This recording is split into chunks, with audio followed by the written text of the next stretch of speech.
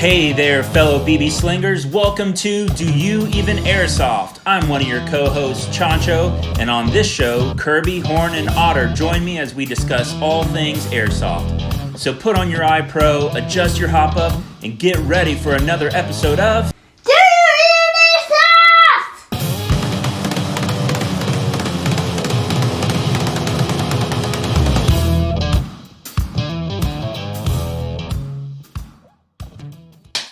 Welcome everybody to another episode of Do You Even Airsoft? Today we have an awesome guest. I'm super excited about this one today. This is Phil with the Storm Riders Airsoft team up in Newfoundland. Phil has been gracious enough to spend his Sunday afternoon, evening with us chatting airsoft to allow us an opportunity to learn more about what the airsoft community is like up there, learn a little bit more about the airsoft gun legislation that has recently passed through there. We can't be more excited to have him on. Before we turn the mic over to him, I did want to point out and say, first of all, Phil, congratulations on FeedSpot in January, earlier January, listed your podcast, the Storm Riders podcast, as the top number 3 airsoft podcast to listen to. So congratulations on that. That's quite the accomplishment. Thanks a lot. Yeah, it surprised me too, but hey, I'm glad to see it. Did they reach out to you beforehand and let you know they were checking you out, or how did that come about? They sent me a message and basically said, hey, we would like to list you in this list. Is that okay? And I was like, yes, of course. And they said, can you just make sure that you promote like our link in your description or whatever? I was like, that's fine. And that was basically it. So it was kind of strange because you get a lot of weird emails too. Sometimes you're like, I don't know. But this one, once I checked it out, I was like, oh, it seems legit. Okay, very cool. So yeah. Yeah, man, that's super cool. So I guess to start us off for this interview, can you tell us a little bit about yourself and your team, how you got into airsoft, and how long have you guys been playing? Yeah, absolutely. So like you said, my name is Phil. I live in St. John's, Newfoundland, which is a province of Canada, right on the very eastern edge of the Atlantic. Like if you go any further east, you are in the water and swimming to Europe. Like that's where we're located. I started playing airsoft back in 2006, in the fall of 2006. Prior to that, I had in my university years been playing paintball. I was playing what would be called woods ball, right? So paintball in the woods, not like on the field with those inflatables or anything like that. I had a paintball gun with a remote line and all this kind of stuff. It actually had like a type of barrel that put a backspin on the paintball, just like our hop-ups do in airsoft, like all that stuff. And I was really that's the part of paintball that was really interesting to me. But as I was doing research into the gear that I wanted to use, I kept getting pointed back to Airsoft Canada, which was a forum where people talked about airsoft, but they also talked about gear, and they would, sell camo and stuff. And that's where I bought a couple of my first pieces that I used for paintball. And eventually I was like, this airsoft stuff seems really cool and much cooler than what I'm doing in paintball. And so I eventually, when I got a grown-up job and started having a bit of disposable income, like many people do, I was like, I'm going to buy something stupid. And I bought an airsoft gun, and there was no airsoft community here. That just, as far as I understood it, it did not exist. So I bought this airsoft gun. It was a Tokyo Marui FAMAS, one of the first ones. And it was so bad, but I loved that thing. It was just horrible. But it's your first airsoft gun, right? It's the best thing you've ever held, ever. And so I posted on the Airsoft Canada forums because they had provincial or regional channels basically. And I said, hey, I have an airsoft gun. I live in St. John's, Newfoundland. There's a place that we go to play paintball that I think would be fine for airsoft. Does anybody else on the forums live here and want to do it? And I got a couple of replies from different people who I'd never heard of from before. So we agreed to meet. And then on the first day, I think we had 12 or 13, 14 people, something like that, a higher number than we would have for a long time after that. But yeah, so that's how it started. That was 2006. And then it was just, a descent into madness ever since, right? eventually we were really playing in, this is an area I've talked about, Pat and I have talked about on the podcast before in our channel. You've seen it in some of the clips and the B-roll that I've used, an area called Red Cliff that, in the 1950s, 1960s, it used to be USAF radar station right during the Cold War. And when the Americans left, their policy was, we will destroy anything that is not made out of concrete, and anything that is made out of concrete is just going to stay there. And so as a consequence of that, they tore down all their buildings and stuff, but it left a bunch of concrete foundations where buildings used to be, as well as the concrete outline of certain buildings, including like a radar dome and a bunch of different stuff. And it was super cool. And that's where we started playing. Where we started playing airsoft, and we kept playing there for, I'm going to say, from 2006 to about 2019. 2020, we might have played there. Of course, COVID prevented all of that kind of stuff for us. And then what we found is that in 2020, there was a huge uptake in hiking in Newfoundland because we have so many trails all over the place. One of those trails basically walking straight through our play area. And over the years, we used to take a lot of like breaks when hikers would randomly pop through the area. So you'd sort of just stop. We were very, very diligent. Like, we never had any issue of like us shooting at a hike. Like, that never happened. Like, we were very careful because we knew, we'll talk about that maybe later on the gun legislation side, but we knew all that needed to happen was there to be like one bad incident, and we would never be able to play there again. And we had nowhere else to play. So we were very careful. So we play games and over the radio, where people would just start shouting ceasefire, and we'd all stop and we'd wait and we'd watch the hiker go by. And then 5-10 minutes later, we just pick it up again. But over the last several years, with hiking taking up, and the last time we tried to play up there, it was constant. Like, we were having to stop all the time. So we eventually had to say, like, no, we can't, we can't play up there anymore. It's not that it's too close to anyone or anything. It's just there's too many people coming through. So we have our one field left, unfortunately. We'll talk about that later. But yeah, so that was the environment, and it's amazing. Like, the views up there are just unbelievable. The weather playing up there, it's hard to describe what it's like to people who, if you haven't lived next to the ocean, and to understand how quickly the weather can change when you live next to the ocean. And so you're up there and you're like, beautiful sunny day, and like you're going to a building, you take cover, and then it's dark in the building, and you come out, and then suddenly there's fog, and you're like, where did this come from? Like, who knows? So it was a really wild place. But yeah, so that's what it was like. And in 2009, we formed, 2008, end of 2008, Pat and I and our friend Cal, we formed the Storm Riders. We played together all the time. Pat's like my brother. We grew up together. We've been friends since we've both been, conscious in our minds, basically. And we played all the time. And we played with Cal because he was just a really nice dude. He's younger than us by a few years. But he was always reliable, right? Like, he's the kind of guy, he says he's going to do something. He says he's going to show up. Even when he was a teenager, he would show up, right? So we were like, hey, do you want to play with us? We'll learn together, all this kind of stuff. And yeah, that's how that started. And then we just grew from there. That's really cool. Kind of taking a quick step back, did the Storm Riders name come from the variability of your weather there, or is there any other backstory to that? Yeah, well, it's so funny. Like, that's at the time, you're taking me back several years, but there were two teams at the time. One of them was the Storm Riders, and the other one was called Cold Water, right? Both of which coming from the environment that we live, right? It's just the weather here sucks. The water is cold. Like, that's where it came from.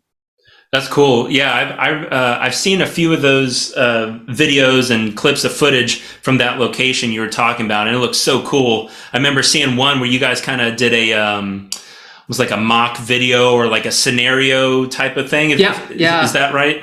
Yeah, we I met one of the guys who did like promo videos and like action videos for our local hockey team. Right. And he was like super chill guy.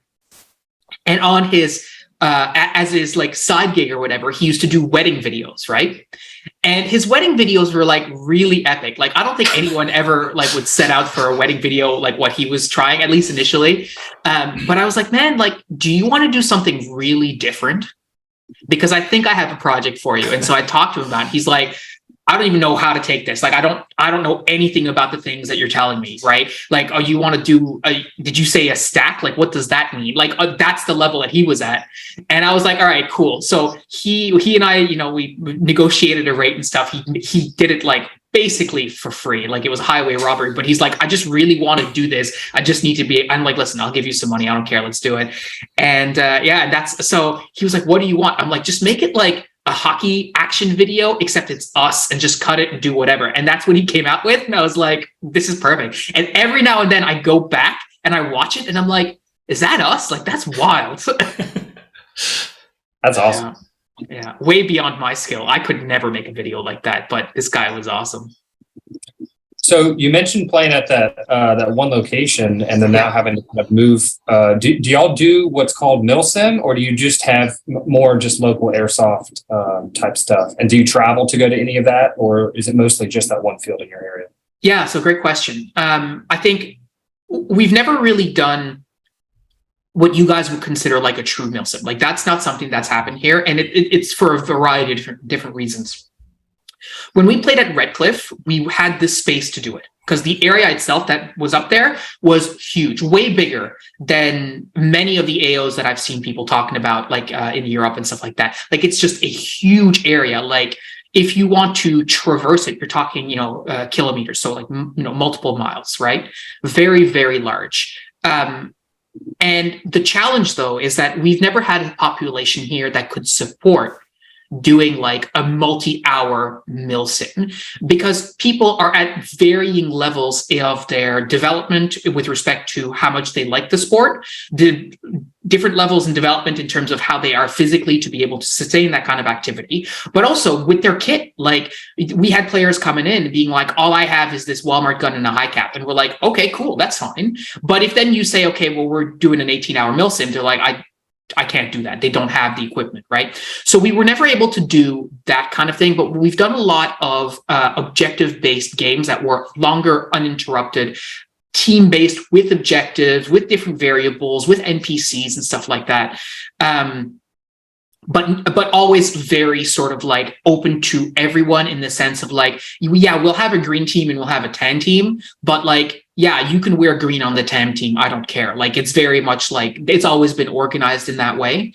And to be honest, we haven't had an event like that in many years, mostly because Redcliffe was like the best place to do it, because I could do whatever I wanted, right? Like, we could do literally whatever came up into our mind, we could just do it. Whereas now we primarily have to deal with our commercial field, and they're pretty accommodating, but at the same time, they're a business. So going to them being like, hey, we would like to block off your entire day and you can't do anything other than what we're planning to do, it's a bit of a hard sell. Right. So it changed the dynamic a little bit. And our players here now, many of them have never experienced like a full on, 6-hour, 12-hour day of airsoft. That's just something they've never experienced.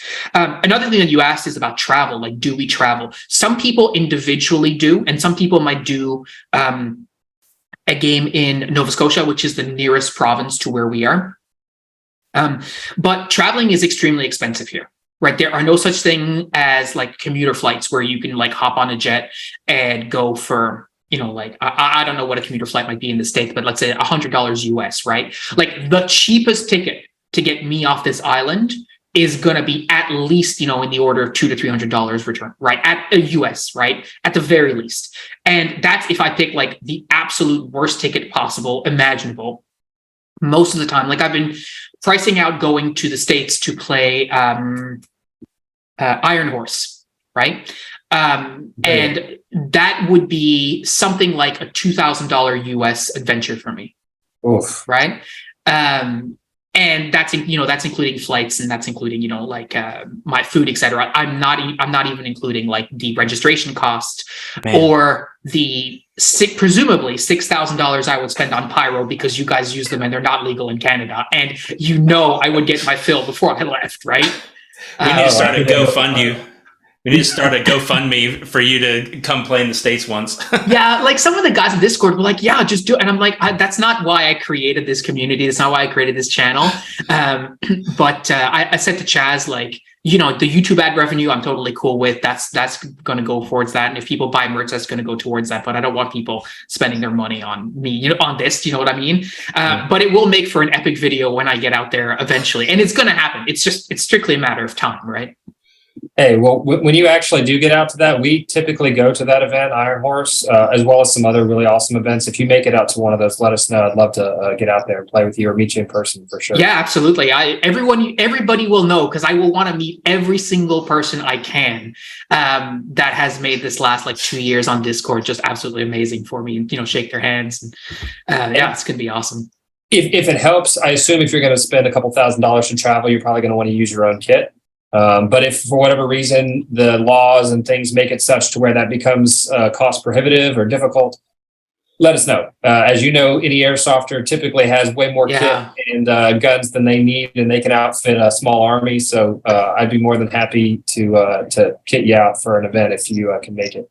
I really appreciate it. Yeah, getting it, like the actual, like the gear, my first line, second line kit, no problem. It's the rifle and like the sidearm that's the problem. Actually getting into the States would be fine. Bringing it back, that's the problem. Right. And so yeah, that will. I mean, assuming we still have them at that time, which we'll talk about later. It's likely going to stay home. But I was talking to Chaz, and the same thing. And Chaz was like, our Discord moderator. He's like, "Oh man, I'll go. I'll take whatever you want." I was like, "Okay, all right. Let's just, it's not happening this year, so let's pump the brakes, right?" But yeah. Well, let's talk about that for a minute. So, you're obviously been playing a lot at the one field, and now you've got this commercial field. So, how has kind of the environment that you have there in Newfoundland, I guess, shaped your kit, your gun? Like, what do you use? What kind of trends have you seen over the course of your time as far as what people have liked and used, and how does that kind of changed over time? Yeah, I mean, it's a good thing we have a podcast, because it's a lengthy answer. I think the area that we play in, especially when we were playing up at Red Cliff in the woods, you're talking about northeastern boreal forest kind of woods. So they're very dense. It's not like the woods that you might be accustomed to, where you can, you have a tree and then you have like, maybe 10 feet to the next tree or something. That is not a thing. Like, it's like a tree here and a tree here and a tree here with very little spacing, which makes it very difficult to maneuver outside of I guess what we would call moose paths, right? Where the moose are actually going and crunching through the woods and creating paths, or where people have made paths, which by people, I mean us or hikers or what have you. And so, as a consequence of that, our kit, at least for me, when I started playing, I was wearing like whatever, right? But my first like serious attempt at making a more like tailored kit, I was wearing like a plate carrier that was like a Cyraz replica, basically. And I was still trying to keep it as tight as possible to my person, because again, like moving around to the woods is very noisy. It's a very noisy endeavor here. And if I felt like if there was too much dangling out of like either on my front or my sides or my back, like that was no good. Like I was going to catch on something, I was going to make noise. And the gameplay up there was very slow and very like methodical and stealth-based, really like audible stealth-based, because you could hear people bushwhacking, like beginners, like who would come up there the first time. It was almost like a turkey shoot in many respects, because you would just sit there and you would wait and you would just listen. You'd hear them. Right. And eventually you just wait till you saw an ankle or like a lower leg or something, and then that would be it. Right. So we really wanted to focus on tighter kit. Now, at the same time, Airsoft is a fashion show. So I wanted to get cool kit, and some of that cool kit translated to not working super well. I had what do you call it? Like a surplus helmet, right? So it was like a real Canadian Forces Galet helmet, which is similar to the Mitch 2000, basically. And I thought it was the bee's knees. Man, that thing was a piece of crap. Like, it was so heavy. It was, meant for soldiers, which is great, but I am not a soldier. I'm playing one in a game, and these are all the lessons that you learn over the years, right? It's like, I don't need to be wearing something that weighs 5 pounds on my head. Like, there's just no need for that. And it wasn't comfortable, like in the ways that I wanted to. And so eventually everything started to get smaller and smaller and smaller. Like the Cyraz turned into a 1694, which was a little bit tighter. The big Mitch 2000 turned into a skate helmet, like a Protect, basically. And same thing for what I was having on my legs. Again, like I used to wear, like I had knee pads on the outside, I had elbow pads, I had a drop leg for my my sidearm. I had a drop leg panel for more mags because, y'all know I shoot a lot, and I was like, I want to carry as much as I can. And the 10 mags on my like second line wasn't enough. I needed to have more on my belt and more on my legs and all of this stuff. And eventually all that stuff started getting stripped away in favor of either, like, well, knee pads I think are still essential, but they just happen to live inside my trousers now as opposed to the outside. Elbow pads gone, and just making it smaller and smaller until for the last, like 6 years going off before I moved to a chest rig, I was using like a JPC, right? Very small, very tight. And also, as a side note to that, one of the things that was foundational in my thinking when it came to building my airsoft kit was this notion of one man, one kit, right? I need to carry everything that I'm going to need to play. Right. That means my water, that means my nutrition, that means my BBs, my batteries, my, asthma inhaler, like all of it. It had to be on me at any given time, with the notion that if I ever got into an engagement, I could just clip off the backpack and then just, fight, and then eventually either go back and get it when I got, killed, or, win the engagement or whatever, and go back, pick it up, and then carry on. Because although we didn't do a lot of, true mil sims, we did have lots of games that lasted multiple hours where you're basically hiking in the woods, but you're also carrying an airsoft rifle in case somebody else from the other team shows up. That's sort of the dynamic.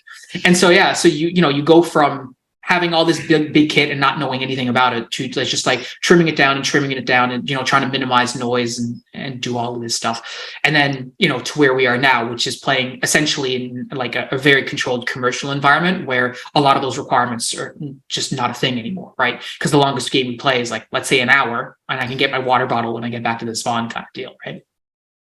So now that you don't really have those restrictions at this current field, have you found yourself trying to go back to what you felt is a little bit more Gucci or a little bit more showy, or you still play with that trimmed kit, even though I'm playing with even more trimmed kit, because now I don't have to carry anything, and whether or not I needed to, like whether or not my perception that I actually needed the things I was carrying was true or not, which is a whole other question. When I'm playing at a field where I know the first 2 games are going to be max 15 minutes, right? Like I don't need to carry anything. Like, what do you need? You need 2 mags and a gun and a battery.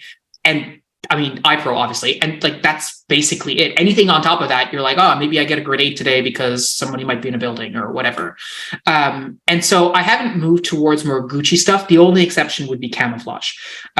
Because really for most of the games that we play now, camouflage is like a nice to have, but it's not the difference between win or lose.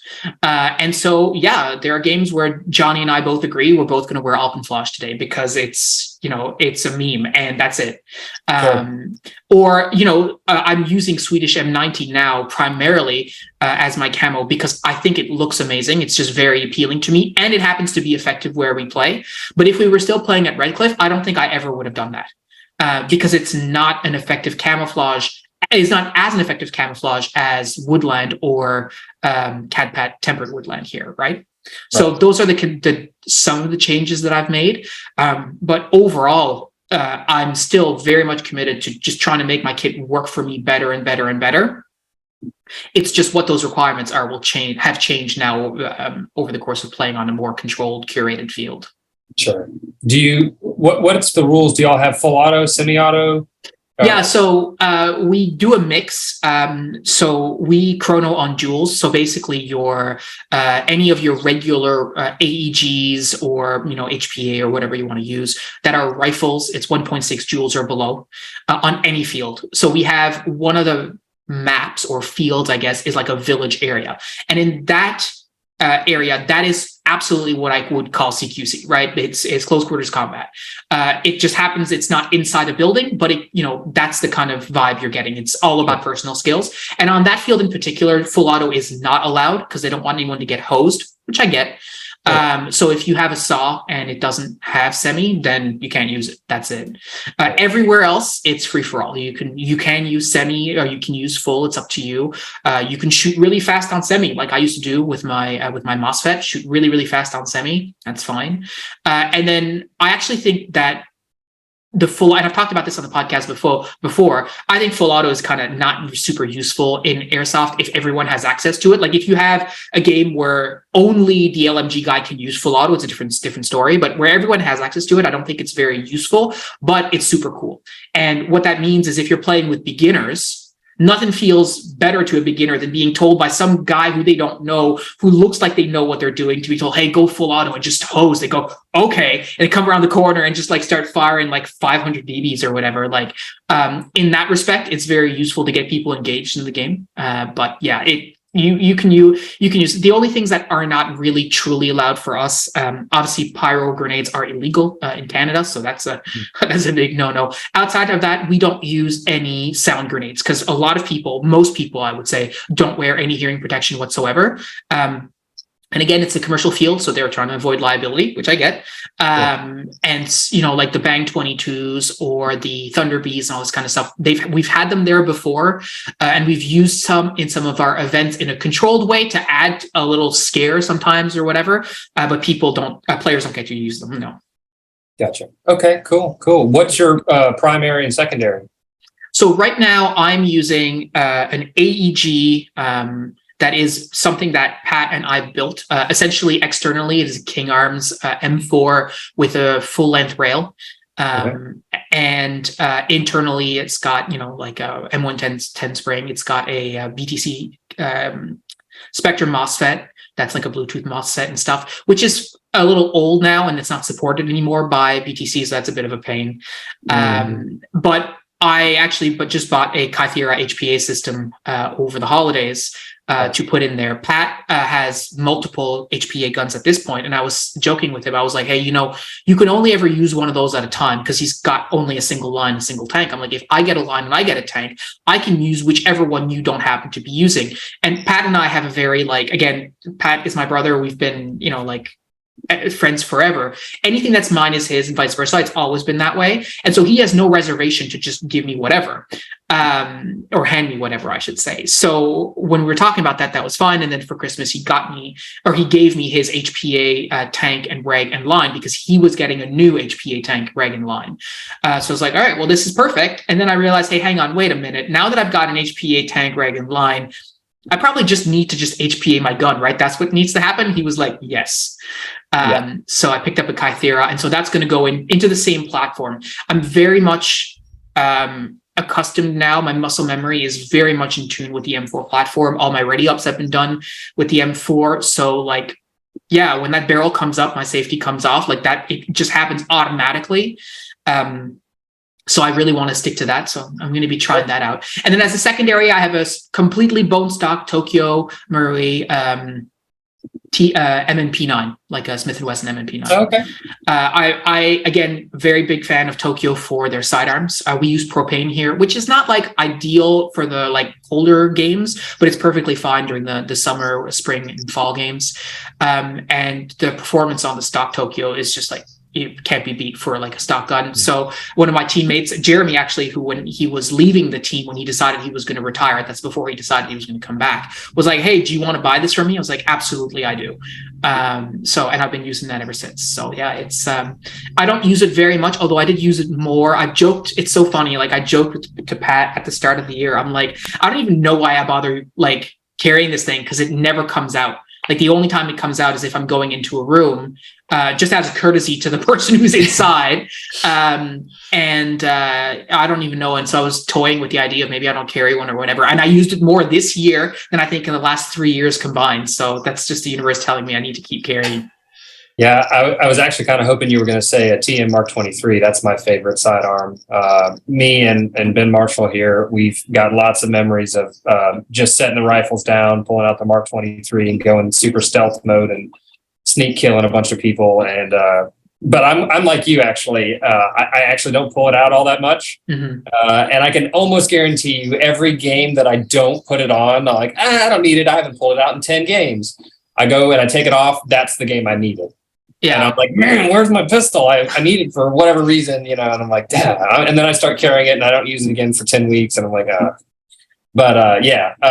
a big fan of Tokyo Marui too. I've had hundreds of guns at this point. I was a bit of a buy, sell, trade person, was doing a whole bunch of them. And I always used almost every gun that I got at least one time, and TMs were some of my favorite. I mean, we joked that they've got some sort of TM magic in there where just out of the box, they just perform incredibly well. Yeah, 100%. Totally agree. I almost don't ever want to open them up. Like, I don't want to let out whatever gas they put in there that just makes them yeah, really, hey? Yeah, absolutely. Just pull and use it. But that's cool. That's cool, man. Yeah. I hope that one of these times that you'll get to travel down here and we'll get to get you out to one of these big games. The kind of the difference that I see in Milsim, because you were saying that you've got some Milsim-ish kind of game modes, is that, you know, we've got anything from like a Milsim West, which will go like 3 days straight without breaks, which, you know, kind of is the extreme of the nonstop.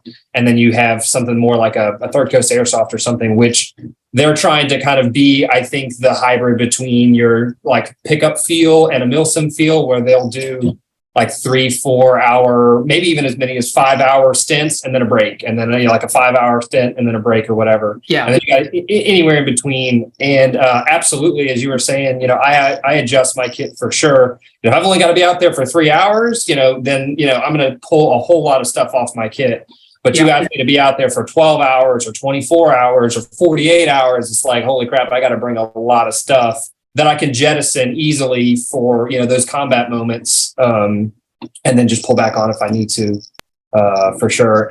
Because some of those shorter ones, I might even pull 2 or 3 rifles, you know, because if like, hey, we're going to go defend this spot, our squad's dropping in on this location, maybe I'm going to pack my SMG and my LMG, and I'll just truck that up there, set it down. And then if I don't need it, I don't need it. But if I need it, hey, I'll grab it and use it.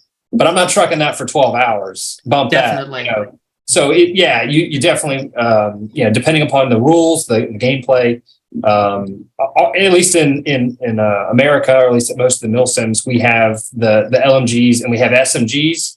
I don't know if you've got experience with that rule set where you've got, if it's below 1 joule, then you can full auto from point blank.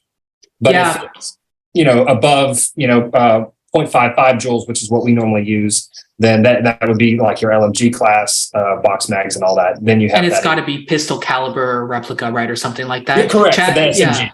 Yeah. Chaz, that's a super fun class. Yeah. He was building, I think, an MP5K, where he was trying to, and he was like bashing his head against the wall. And I was like, why do you care? Anyway, so he like, I was telling him, and he's telling me privately, like, this is the rule. And I was like, oh, I never heard of that, but that's pretty cool. Yeah.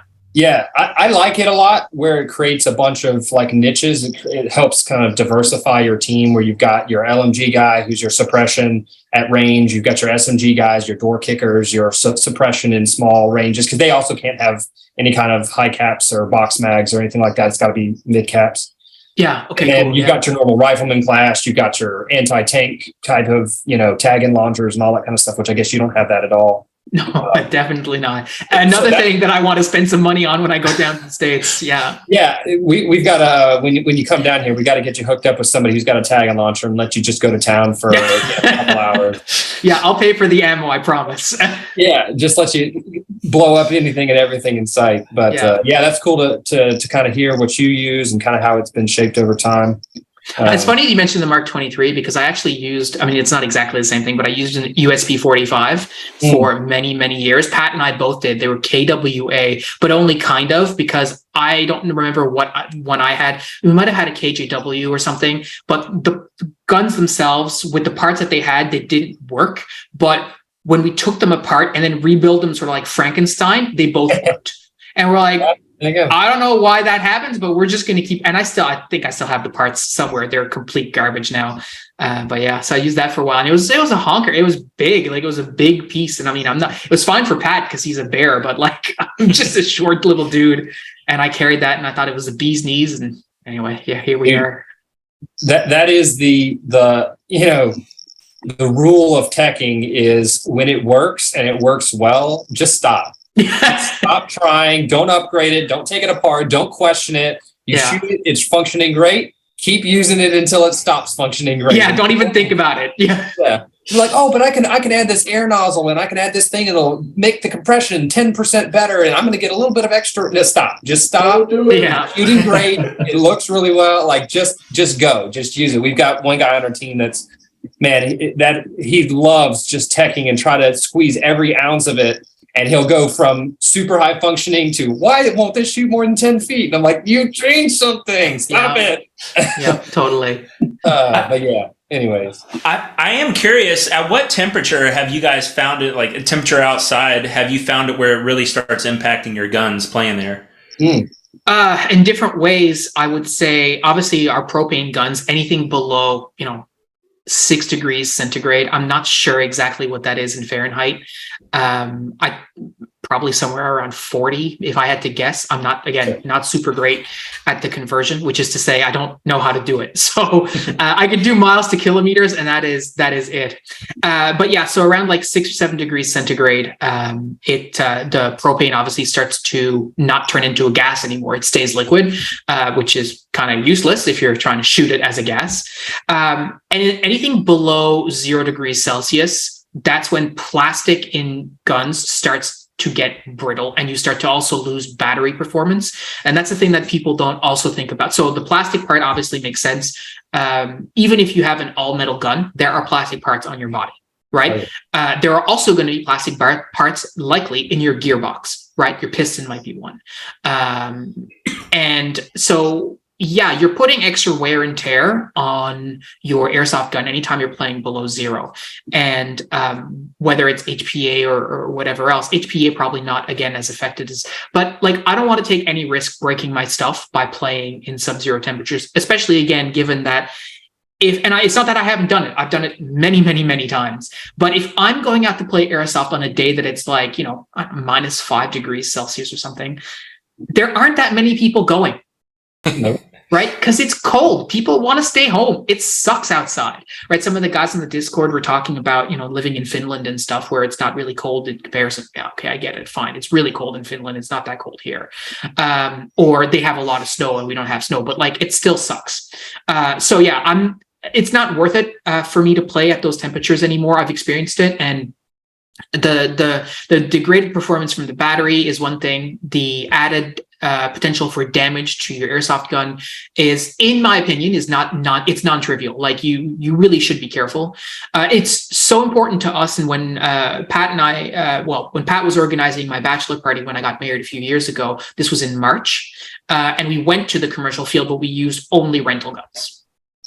Because we were like, we don't want to risk our own stuff. Like you slip and you break it, you slip, fall and break it. No, right? Piston gives out. No, we're not taking that chance, right? So yeah, anything below 0 degrees is really going to be like my, it's got to really be worth it. Like 20 people, 30 people going out, I'll consider it. But I'm not playing a random game with 8 bozos if it's like minus 10 degrees. Like it's not going to happen anymore. And it has happened many times, but yeah, I'm past that now. Just a funny quick story along that line. We had a game at Camp Shelby. It was a milsim game. We actually had, what was it, Ben? Maybe 400 people at that Camp Shelby game at Black Sheep. Yeah. And I remember it was about, 10, 12 degrees that because it's a 24-hour game, you go from noon to noon on the next day. And it was about 12 degrees Fahrenheit, which is probably negative 10, 12 Celsius or whatever. It was cold. We'll just put it that way. And I remember we're sitting there trying to defend this area, and there was, 4 or 5 of us, and it was just so cold and nobody was coming. I mean, it had been like an hour and a half, 2 hours, nobody was coming. Dude, we just all bunkered into one little room and like just snuggled up together, put some scouts up to yell, to get everybody up to run and go defend something if they came. But we were just like, so cold, we were huddling together in this, container trying to stay warm. Yeah. And I remember thinking to myself, like, why am I doing this to myself? Like, I mean, 400 or 500 people out at a big, facility is fun, but that particular part of it where nobody comes and just sit in a cold container, just like, man, this is miserable. Yeah. I totally know what you're feeling on that. Sometimes it's just like, man, why do we do this to ourselves? And it's, it's different if you're prepared for the cold, and, if you're going out there, and, there's being prepared for the cold if you're going to be active, and there's being prepared for the cold if you're not going to be active. Right. And those are two very different things. Like if I want to go out for a run, let's say, and it's minus 5 degrees, I dress very differently than if I'm going to be out in the cold at minus 5 degrees for an hour or two without moving. Yeah. Right. And, like hand warmers and all this kind of stuff and so, yeah, to your point, like if you're going in there expecting to be active and you just end up sitting around for an hour and a half, that sucks. Yeah. Well, the worst is when you're really active and then it cools down. Oh yeah. If you start sweating, forget you it. sweat and then it drops below zero. Well, yeah, 0 Celsius into freezing, and you're just like, ah. Yeah, totally. Has there, like you mentioned, the hiking community and stuff there? Have you guys gotten a lot of gear influence from them? Do you see crossover there, or they just kind of? Yeah, now yes. So I think for many, many years, I was really, just like I think many airsofters, really stuck on like, oh no, like what we are doing is copying what soldiers are doing. That is what we do. So if a soldier wears a Black Hawk Desert boot, that's good enough for them in Afghanistan. That's good enough for me, right? And really, it's not until I started spending a lot more time talking to Cal, who is a member of the Canadian Forces, about what he does at work and what he wishes he could do at work. And then watching other, content creators like Grantham is a good example, talking about how and suggesting to people who are in the service, if you are allowed to not use a military boot and use a hiking boot instead, this is what you should wear, like a Salomon GTX or whatever, right? And then at that point, my mindset started shifting around like, hey, maybe all this military kit that I'm wearing is not necessarily the best thing that I could be wearing. And so over the last couple of years, it absolutely has been a move towards, okay, what are hikers doing? What are they using, right? In terms of warming layers, in terms of stay dry layers, in terms of hiking boots that support their ankles, like all this kind of stuff. And then utilizing all of that and then putting on your fancy Gucci camo on top of it, right? Like that's basically, so if you look at what I'm wearing underneath my camouflage, right, on a colder day, it's not going to be like Army issue warming layer and Army issue whatever. It's going to be, okay, what technical fabric could I get from, Paradox or Salomon or whatever, right? And what's my warming layer? And it's going to be like this super micro fleece that's very, very warm, or merino blend that's super warm and super lightweight and super thin, that they would never issue a soldier because it's way too expensive, but it works great for me, and so on and so forth, right? Like the hard shells, like everything. And it's not about brands necessarily, because there's tons of brands out there, especially on, in Canada, where so many people's job relies on being able to be outside in the cold. Like you have to be able to go to, like Walmart and buy something that will serve and do a good job and also not break the bank, right? So people, you see a lot of like, I'm getting into trail running now, and you see a lot of trail runners who are like, oh yeah, Arc'teryx this, Salomon that. And it's like, that's cool, but that stuff is really expensive. Like, what do you got for $40, right? Like, and there's a lot of really functional stuff out there that I'm starting to look at for my own kit that over the last, several years, I likely would never have looked at, just because, not Army, not good, right? Mm-hmm. Yeah.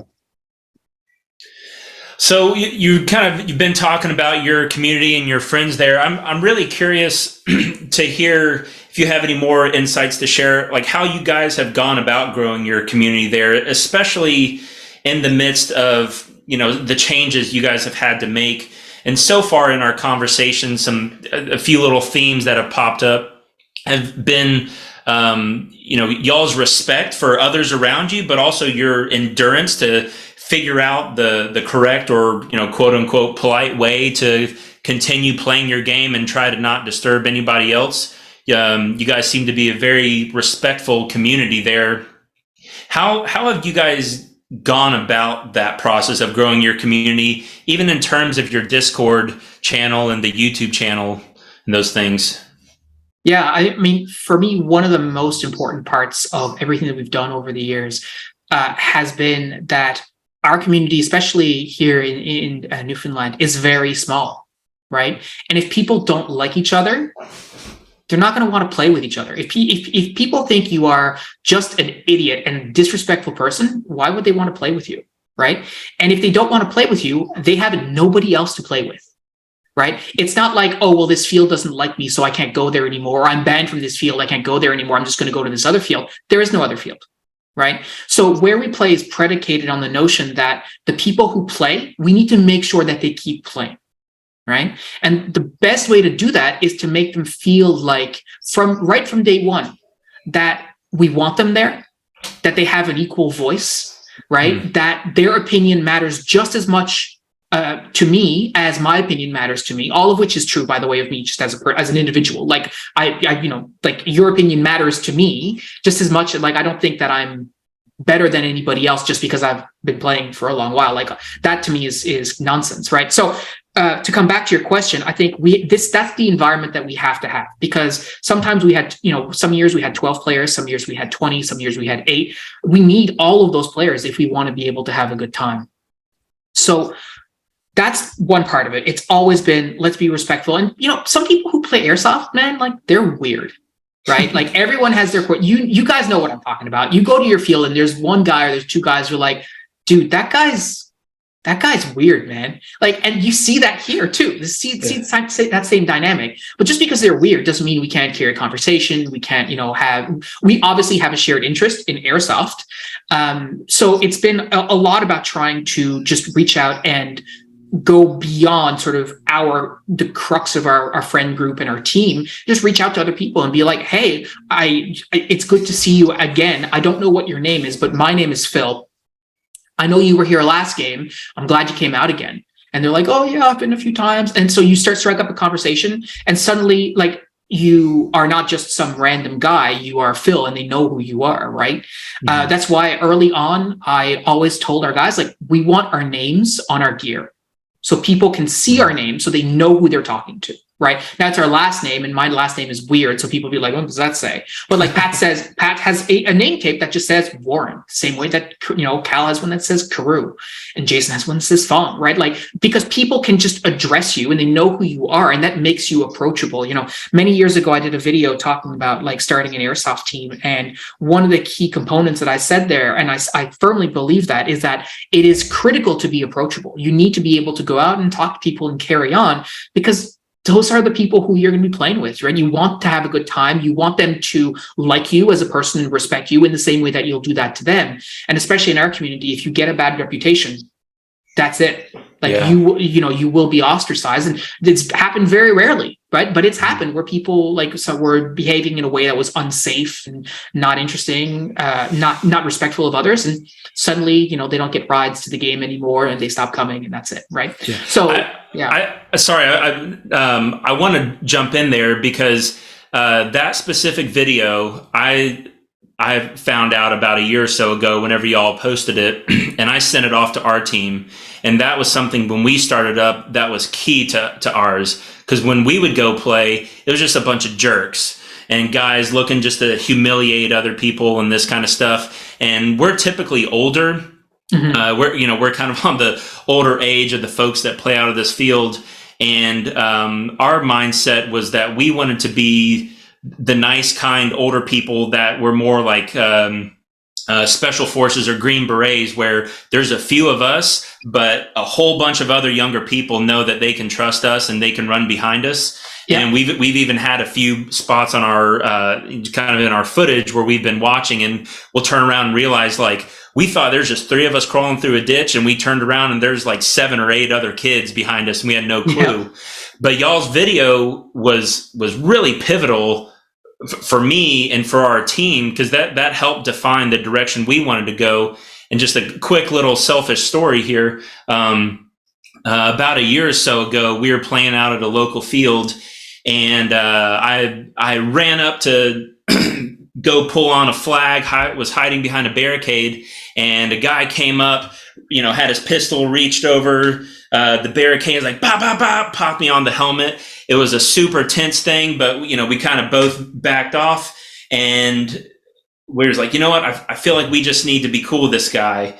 Well, he ended up becoming one of our team members, one of our better friends. And this guy was just like the biggest bright spot for our team. We found out that day he was planning on putting airsoft down forever. He had already decided that was the last game of airsoft he was ever going to play. He was just done with it. And then he met us, and he played with us for probably another 6 to 8 months or so.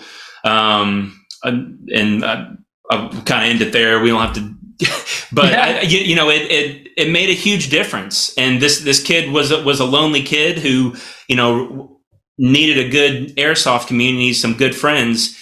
And the characteristic, the attitude that you guys put out as instructional on how to start up is what we carried on and helped save a guy's life, for a while. So I wanted to share that with you. That's awesome. Yeah. It's humbling to hear that, and like we talked about it, we've said it before, like, the idea of like kill them with kindness, right? That's really sort of where all this mentality comes from. But there's a saying that I love that I've said on podcasts many times, but it's that the rising tide lifts all boats. Dude, that's right? yeah. Right. I know that's a maritimer saying. So if you don't live next to the ocean, sorry, gang.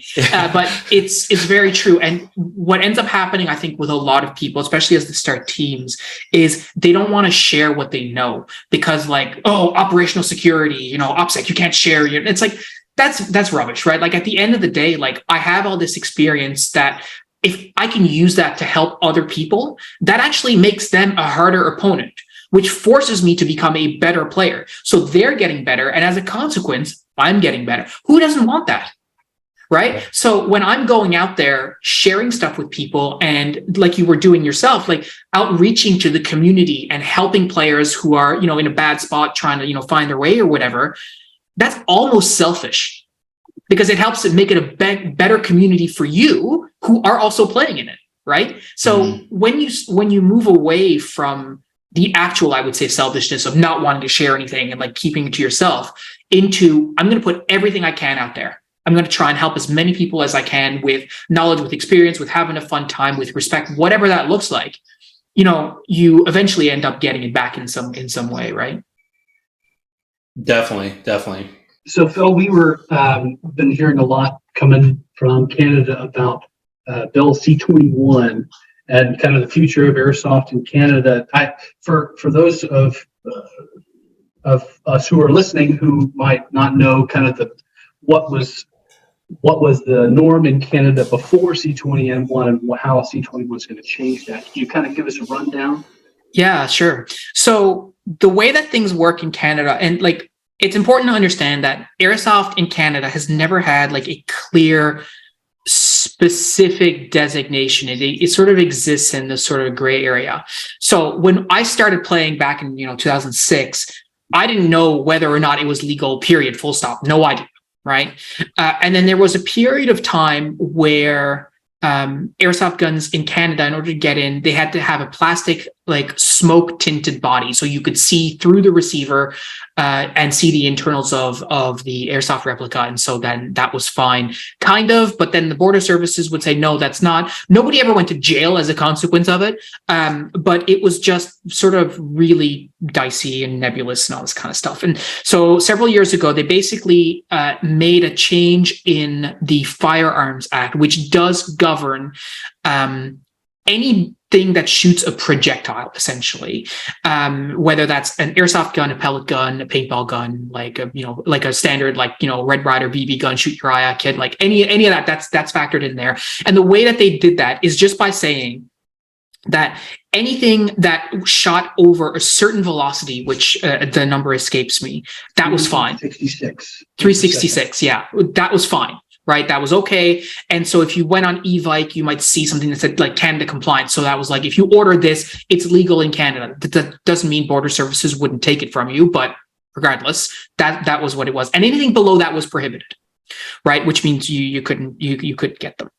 And so with that was fine. And it also didn't do anything about governing like what you could or could not do with them in terms of buying, selling, etc. So for instance, I can buy an airsoft gun currently as it stands. I can buy an airsoft gun legally from somebody else in Canada, in a different province, etc. And they can mail it to me. And that's 100% legal.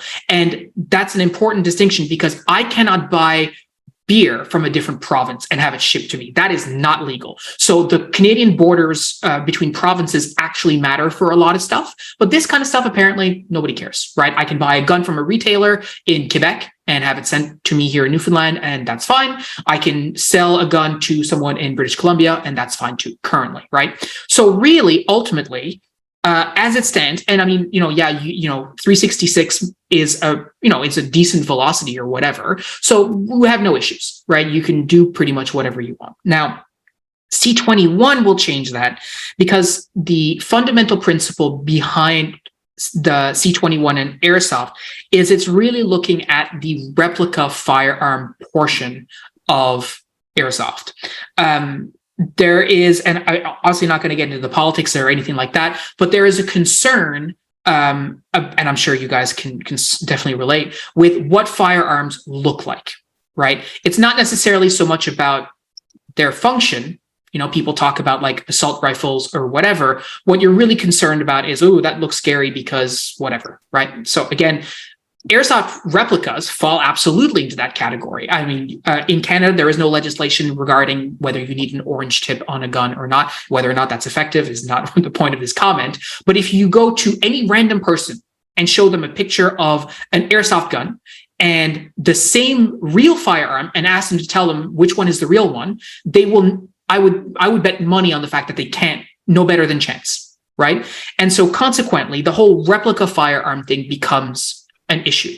It also becomes compounded with the fact that lawmakers and many people don't understand that you can't take an airsoft gun and convert it to a real firearm, right? If you try to do that, it will likely break because and explode because an airsoft gun is made out of cheap, crappy metal, right? Like all this kind of stuff. So all of this gets compounded and mixed up into a situation where the government has a legislation they want to put in place to help fight gun crime. Again, whether or not that's effective is not the purpose of this.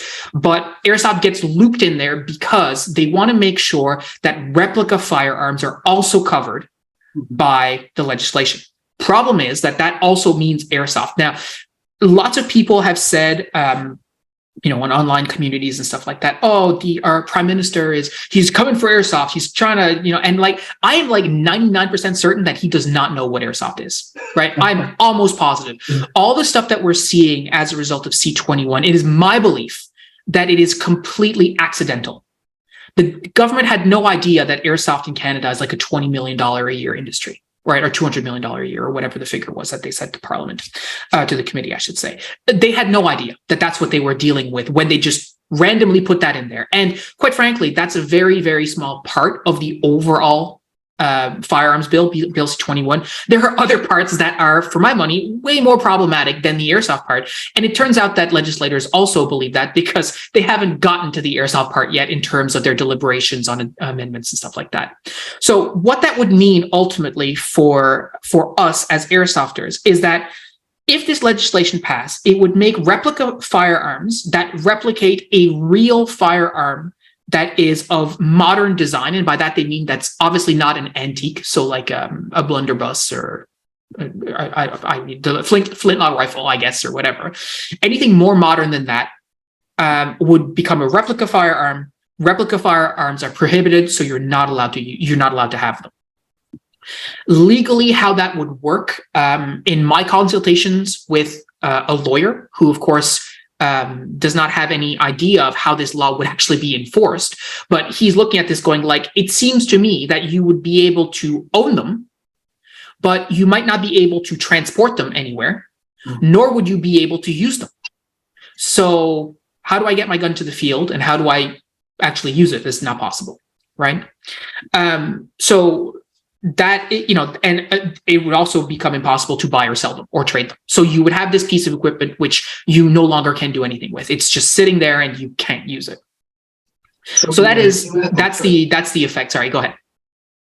In the U.S., we've got some laws in California that similar kind of deal with real firearms, where they say this particular part is scary, so you can't own them. But if you have, let's say, a pistol grip that has a little wing on there, then it makes it less scary, makes it look more like a hunting rifle. Do you think, God forbid, C21 passes in all of its current problematic kind of issues for airsoft, would you be able to maybe slap on some cosmetic components to your rifle so that it's no longer a replica of some specific one? Maybe it looks like a space gun or something, and then it's functionally usable, and you'd be able to keep it and transport it, but it no longer looks like an M4 or a FAMAS or something. Yeah, so in some of the deliberations that I've listened to in the committee, that's certainly something that they've talked about. But of course, they don't necessarily understand. The lawmakers do, because they're not firearms experts, and that's absolutely okay, right? Like, I'm not expecting people to understand airsoft guns or firearms to the extent that, you know, nerds like myself understand airsoft, or firearms experts understand firearms. But they also have access to expert witnesses who can give them that information, right? So one of the things that they have talked about is like, well, why don't you just make it look like a Nerf gun? Right. And yeah, sure, that would be fine. From the legislators' perspective, they're like, yeah, just make it look like a Nerf gun and that would be fine. To which other people will say, how does that prevent criminals from making their real guns look like a Nerf gun? Okay, all right, that's so already we're having, these situations. The other situation is that specifically what the legislation says is they talk about a replica firearm that is designed to replicate with near precision a firearm that is capable of shooting above whatever the joule limit is, right? There is no definition in this legislation about what near precision means, right? So I can show you a gun that has never existed as a real firearm, right? But that everyone who you show a picture to and go, hey, is this a gun? They will go, yes. Right? Like, think about any gun from any video game, like the Halo, I don't know what it's called, but the blaster that they use in Halo, forgive me, I'm sorry, I don't know what it's called. But like, anyone who looks at that goes, yeah, that's a gun, right? The pulse rifle from Alien, right? Everyone looks at it and goes, yeah, that's a gun. So which is it, right? Are those allowed or are they not allowed? And it's, again, not very clear. But to be honest, that is precisely why in Canada we have this process where a bill is put forth in the chamber by people who are politicians who don't know anything about this kind of stuff. Then it goes to a committee who then studies with experts in the subject matter to then give them recommendations and context that they don't have, so they can formulate amendments and go back to the House and say, okay, so we've deliberated the bill, we've consulted with experts. What our experts told us are the following things, and these are the recommendations that we make for amendments on the bill. And then the government then votes on the bill with the amendments or with the ones that pass through the committee. And so we've talked a bit about what happens if the bill just passes right now. I have very high hopes that the bill is not going to proceed as written as it relates to airsoft. And that is because the airsoft community in Canada, the lobbying from the Airsoft in Canada groups, and as well as the Association Sportive du Québec, which is the Francophone Airsoft Association in the province of Quebec, they've done amazing work lobbying with the government. They've done amazing work at mobilizing airsofters to write to their member of parliament, which is what we call, I guess, what you would have in the States as your congressman, right? Or congress people, I should say. So there was a lot of work that was done, including by myself. I wrote my member of parliament and the Minister of Public Safety multiple times. I didn't get any reply that is worth mentioning, but that's beside the point. That's not why I did it. And I also submitted what's called a brief, which is a write-up that once the bill goes to the committee wants to study as much as they can about the impact of said bill on Canadians. And the way that they do that is they read briefs that are submitted by lobbying groups, organizations, individuals, and then companies, et cetera, et cetera. And I, as an individual, just like any other Canadian, can write a brief about that particular bill that gets put on the docket for the committee. Now, will they necessarily read it? No. Will they necessarily use it? Also no. But when you look, if you go to ourcommons.ca, which is like the website for the House of Commons where everything is logged, you can go and you can see every single brief that was submitted, including mine, and you can read it and see what kind of nonsense I was getting up to. But what's really, really important is that of the 130 briefs that they received, I think something like 85% were related to airsoft, right? So you're talking about a bill that is primarily about real firearms, that has a little bit in there that would impact airsoft, and most of the deliberation by Canadians has been about that part. Right. Awesome. So as a consequence of that, I really do have high hopes that there will be some amendments that are put in there that will help address a lot of the concerns. And to be honest with you, they absolutely are legitimate concerns, not because I think airsoft is dangerous, but because we want to make sure that people are not misconstruing airsoft for what it is not. right? And so one of the things that they recommended, that the airsoft consultants and experts recommended to the committee, is that there should be legislation on how airsoft guns can be transported, right? Which I think makes complete sense.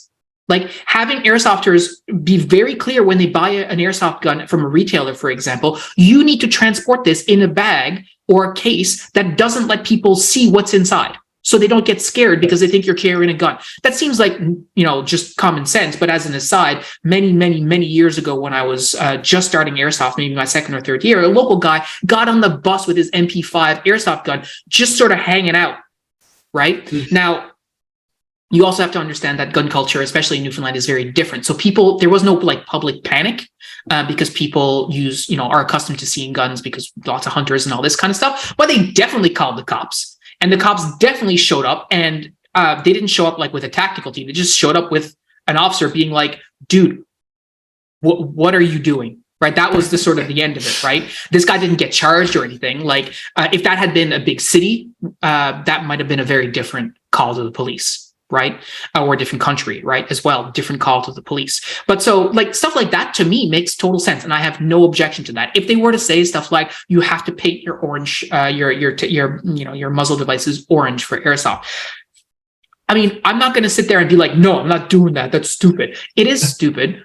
I don't think it's very effective at dealing with the problem you're trying to deal with. But if that's what you want me to do, that's fine. And if that keeps airsoft legal, then I'm okay with that too. One of our Discord members, Ricardo, he's from Portugal. And in Portugal, their guns have to be painted neon yellow in 2 different places, on the front and on the back, right? They deal with it, right? So that stuff would be cool. But the part that we can't deal with is being told you can keep them, but you can't move them and you can't use them. Right. Or, even further down the line, this idea that if I use it on someone, they can charge me with assault because I used a prohibited weapon to attack them in some way. Right. Like that is not a dynamic that can exist.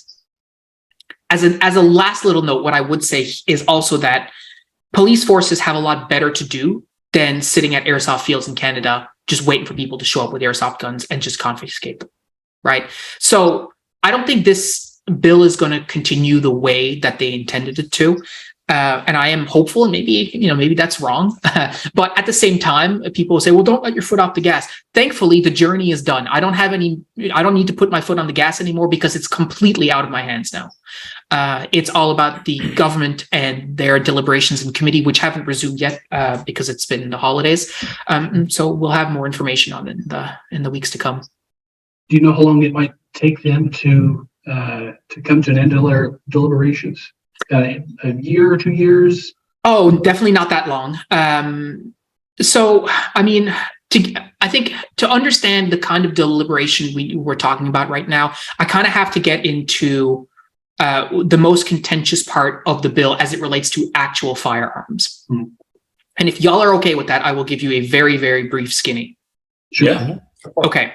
So part of the bill has made it so that currently in Canada, any firearm is limited in capacity, as long as it's center fire ammunition, is limited in capacity to a 5-round detachable box magazine, right? So you can have an M4, and this what I've shot here was an AR-15, but whatever, with limited capped, it's got a pin in it, 5 rounds, that's the maximum, right? It can be a full 30-round mag, but it's got a pin, and that's it, right? And that currently that's okay.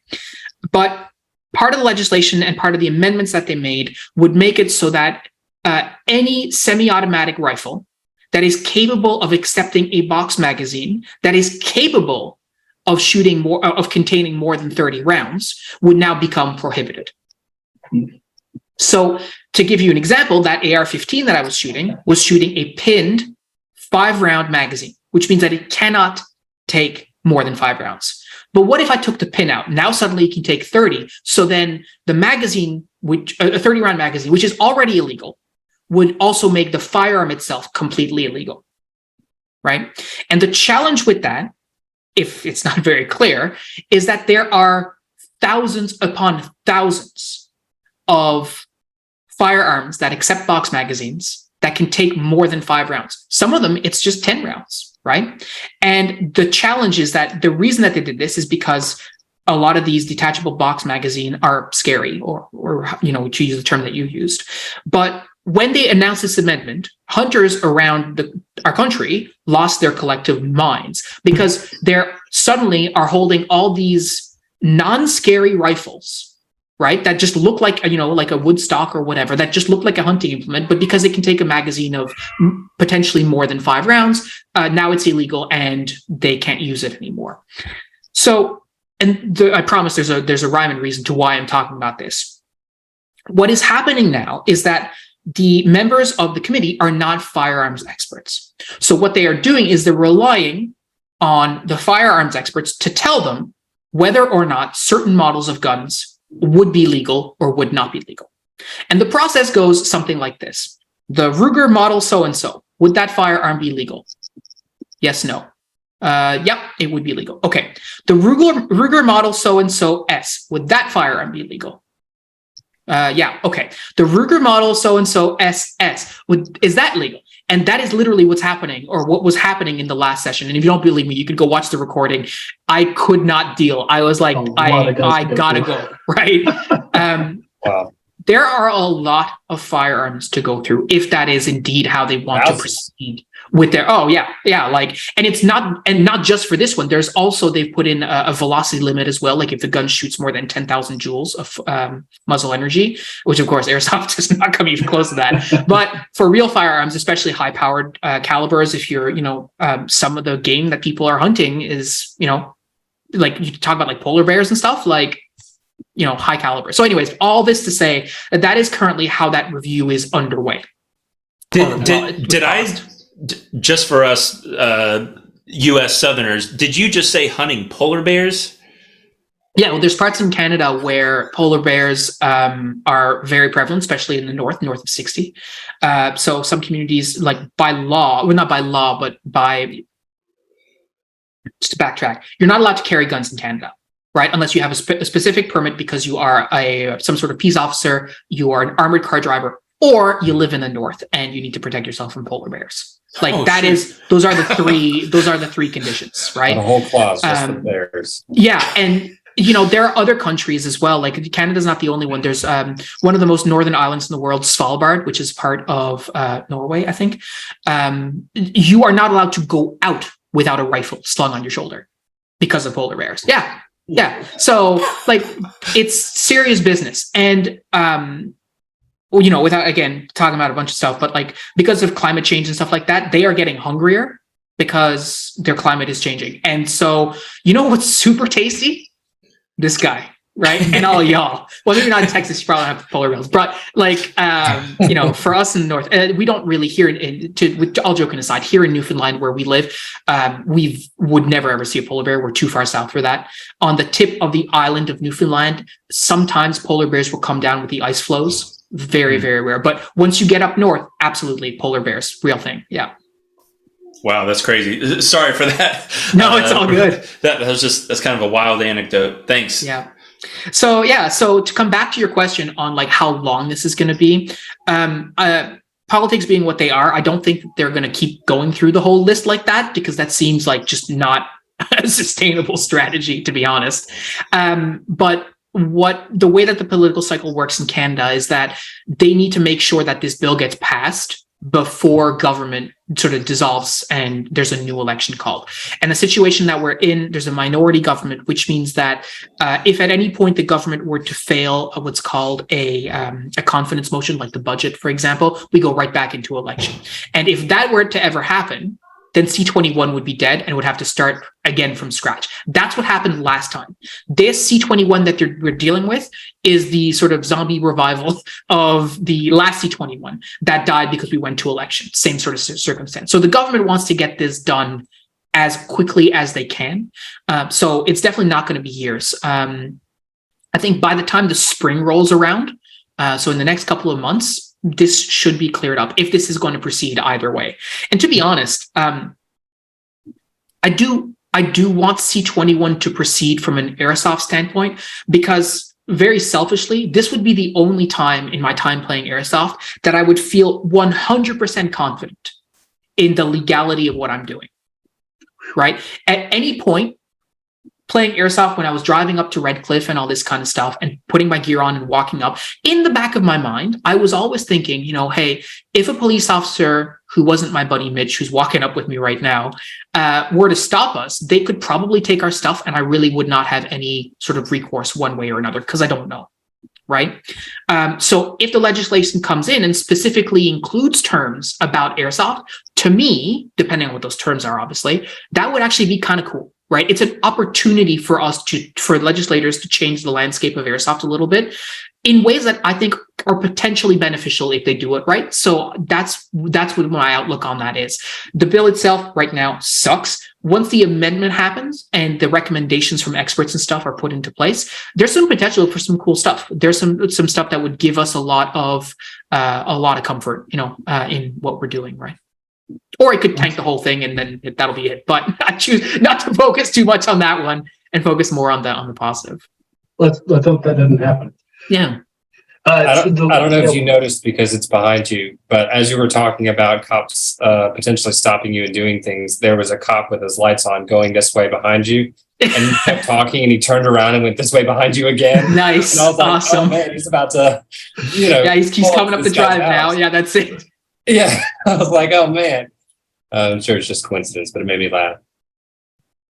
So earlier we were talking about in the U.S. we've got the Milsim community has started to kind of partition airsoft guns into different boxes. So SMGs and riflemen and LMGs and snipers and all that other thing. Because you guys have got a limit on kind of the low end of, at least as far as I can tell, the low end of your FPS, does that give you some pause? Like when it gets cold and your airsoft pistol is shooting a little lower than 366, you're like, oh no. So I guess you said that it's always in the back of your mind some police officer could come and take your stuff anyway, but maybe more of a worry. Yeah, I think especially when it comes to law enforcement here in St. John's in particular, the tolerance level for airsoft at our commercial field and even where we used to play at Red Cliff was always very high. People, like, to give you some context, like when you'd see hikers and stuff like that, they wouldn't freak out, right? You see some guy in camo, maybe even wearing face paint, come out of the woods and he's got a gun on him. Most people, if you think about like big cities and stuff, would be like, oh my God, what the hell is going on, right? But here, it's never really been like that. People would always be like, oh, cool, you're playing paintball. Or, oh, are you guys in the reserves, right? So the local, like, the reserve regiment, which is like the National Guard is for you guys, I guess. That's what people would think, right? And so consequently, when we've been doing all this kind of stuff, I've never had this concern that the police officers would indeed actually show up and like start chronoing our guns and saying, oh, no, that's below 366, yoink, like, let me take that, right?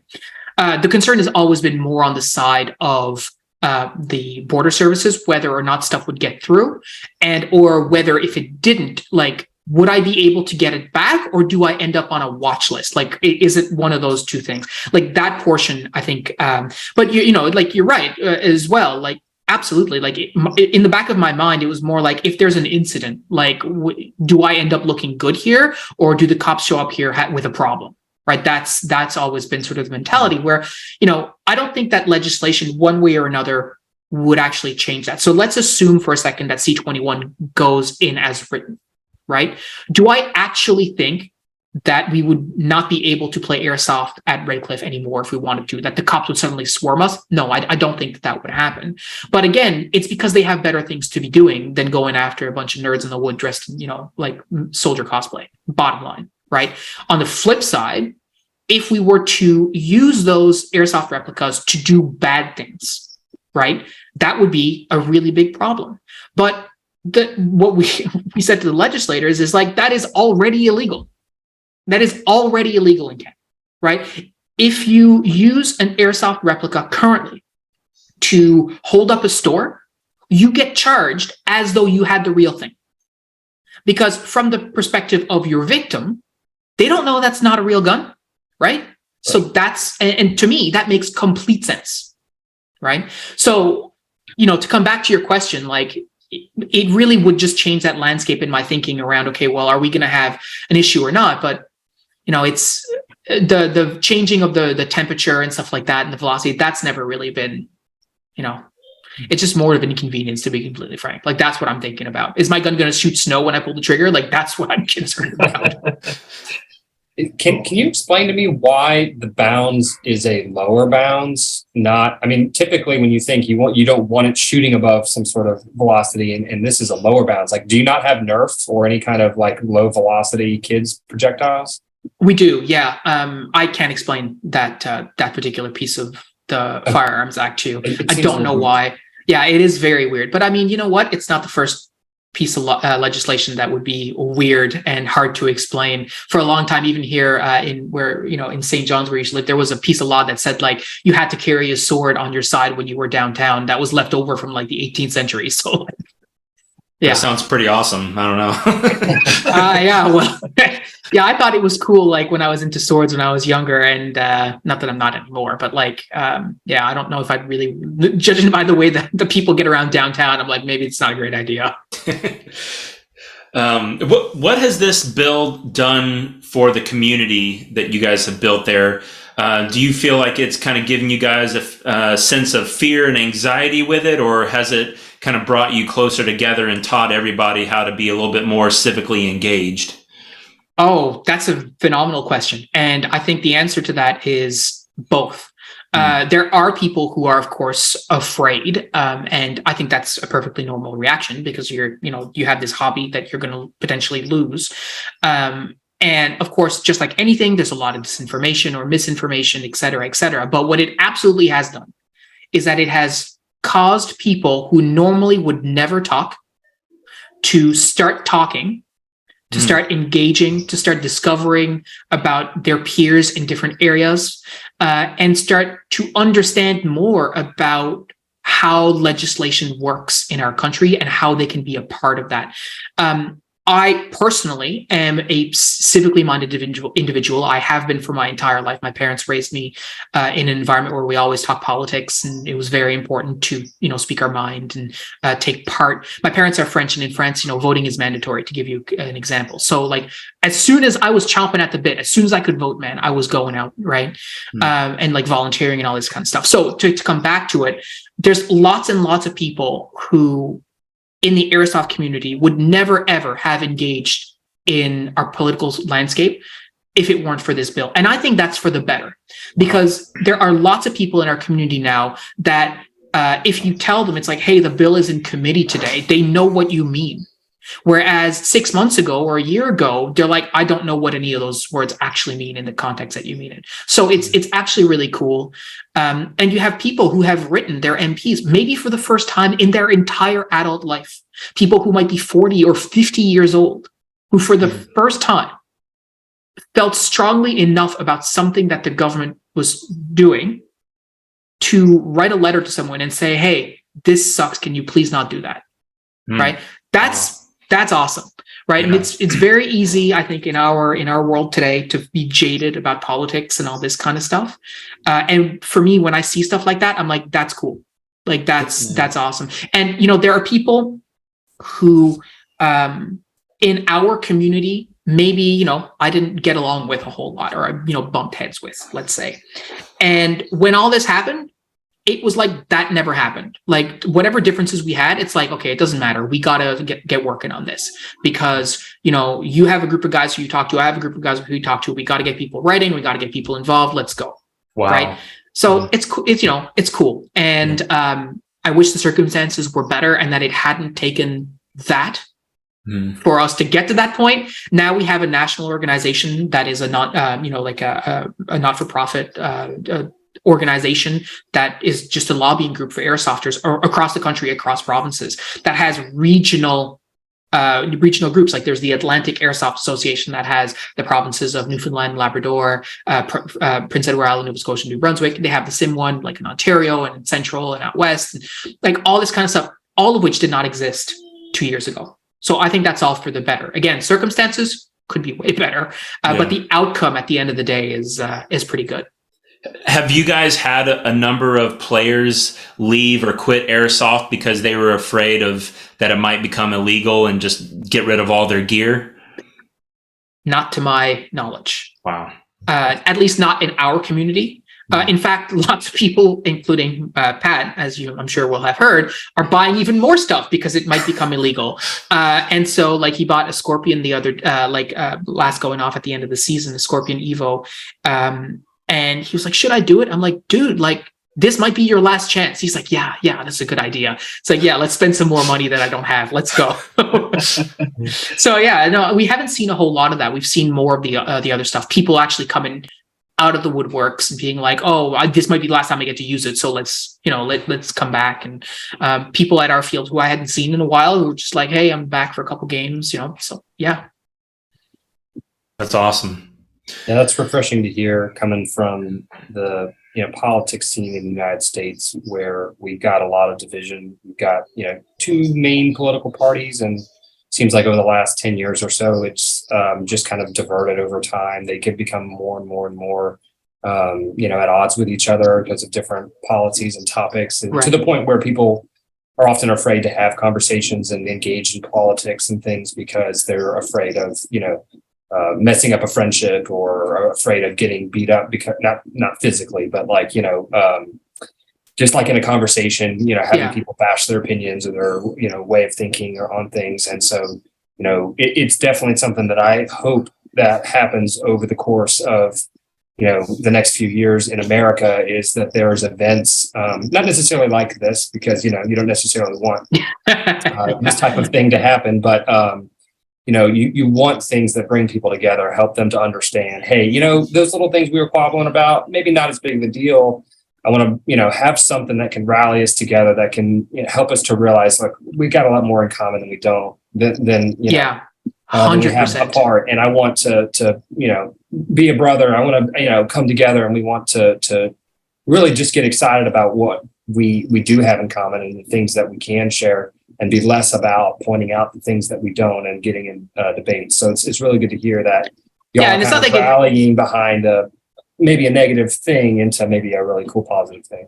It's not like it doesn't happen like that in Canada as well. Like, there's it's just like anywhere. That's the way that the world seems to be going, and I'm trying not to get too involved in it. But one thing I'll say is that at the end of the day, when it comes to this bill and the way that people are discussing and engaging, even if the bill were to pass exactly the way that it's written, which is obviously would be a death knell for us as airsofters, that is how our system works. And for me to sit here and say, well, it's not fair, it's like, no, it is completely fair. Like, we went through the process, we all had a chance to voice our opinions, and ultimately this is where our representatives ended up, in a process that, from my perspective, I had every single opportunity that I could as a citizen to engage in.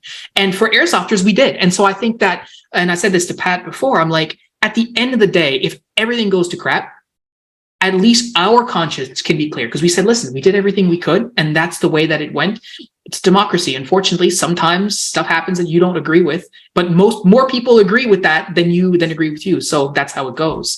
And in this case, it's been a really interesting civics education piece for a lot of people who didn't understand how the system works now. Now they can look at it and go, oh yeah, this wasn't just willy-nilly. This was months of deliberation with experts, consultation, and that this is where they landed. So, it helps you, it's like go through the stage of grief a little. It helps you accept at the end of the day. It's like, well, at least everything else was fine, So that's been, not refreshing is not the right word, but it's a hopeful piece for me for sure. Right. Has this at all made you consider getting into local politics? No, absolutely not. I have way too much anxiety, and I care way too much what people think. So yeah, no, it's a total no-go for me. Yeah. Well, man, we really appreciate your time. This has been such a great conversation. So typically we end our episodes with some hot take questions. Before I get into the hot takes, Gene, Ben, any last questions or comments?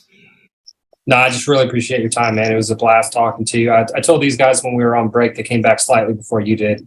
And he was like, "Hey, do you got any more questions for this guy? Anything more you want to discuss?" I said, "Dude, I could sit here and talk to this guy for a couple of hours. No problem. I like talking about airsoft, but when you find somebody who's got a passion for it and knowledgeable and willing to share their knowledge and experiences, that's someone you just want to talk to. So I appreciate your time, and it's been a blast." Listen, I'm grateful that you reached out, and I'm appreciative of all your times as well, because it's also learning for me, right? Like, I'm talking to guys who have never talked to before. We always do. We share a language in common and a hobby in common, and the rest I don't know. But it's like we can find out through conversation and like how is it? So yeah, I just love this stuff, man. I really do. Awesome. Yeah, I hope to have you on the channel again sometime. Yeah, absolutely. Maybe for a game, maybe for a Milton. Yeah. I would love that. Dude. That dude, like, oh yeah. I can get off this rock, believe me. Yeah, I was. It made me think of that movie a little while ago, "Get Him to the Greek," and I thought about it would be so funny to make just like a meme poster of like you and your buddies of like "Get Him to the Op," and have you guys all dressed up. So I don't know. We'll yes, see. Man. Yeah. Okay, so I'm one of the newbies here, so I typically facilitate the hot take questions. So I will jump into it, and we'll just go around the horn here. So Phil, we will let you start us off. Sure. The sexiest gun. Oh, TM FAMAS, or the FAMAS in general. It's got to be. Nice. Gene. Oh gosh. I'm going to have to go with the G36. That's my favorite. Everybody gives me grief for it, but it's what I like. All right, Ben. Yeah, I go with the ACR Masada. Yeah. Nice. All right. Next question, next round. Worst camo. Phil, what do you think the worst camo is? Multicam. Fight me.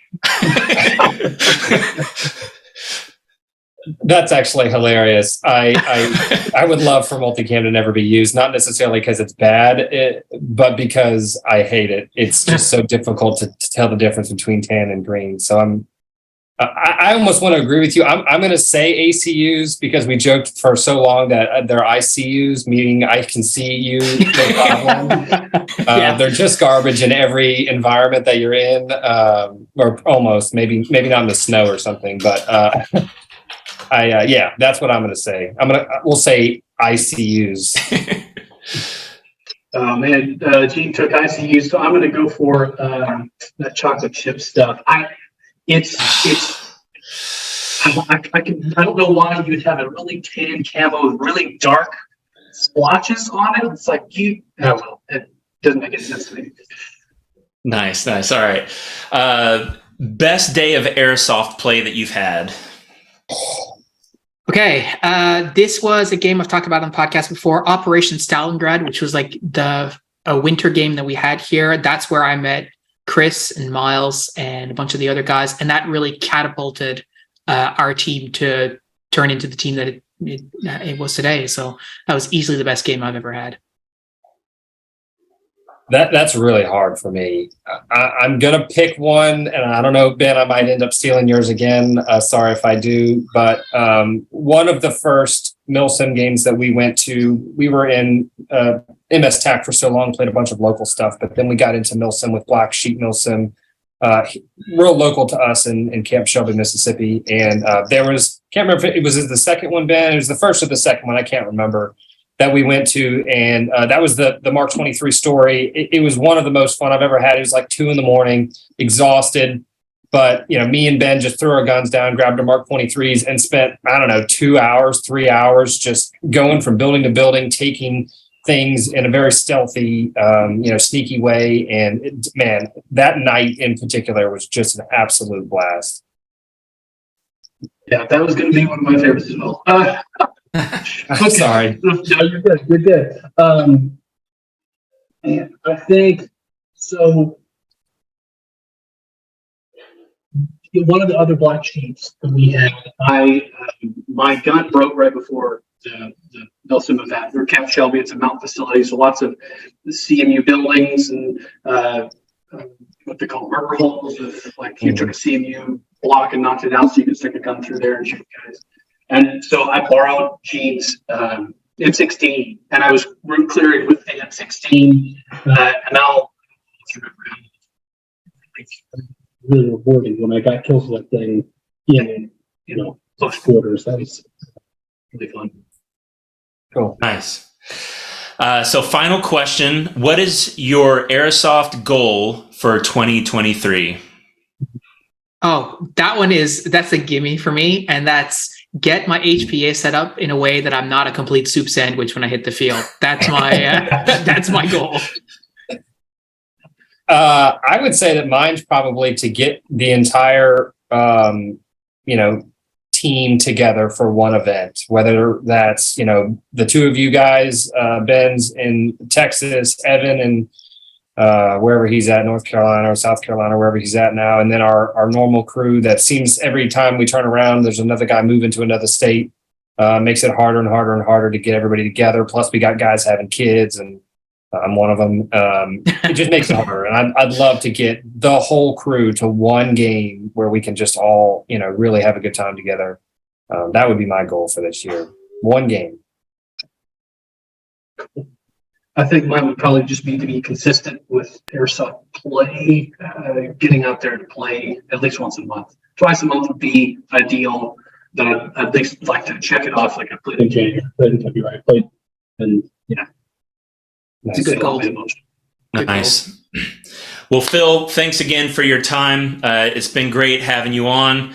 Everybody definitely take some time to go check out the Storm Riders. You can find them on YouTube. They have a bunch of really good podcast episodes, some good tutorial and instructional videos. They're just a great group of guys to follow. They're doing a lot of good work, and as you've heard Phil talk about, they are fighting the noble fight currently. So definitely follow along with the C21 Bill story. Support them in whatever way you can. And with that, thanks again. And this has been another episode of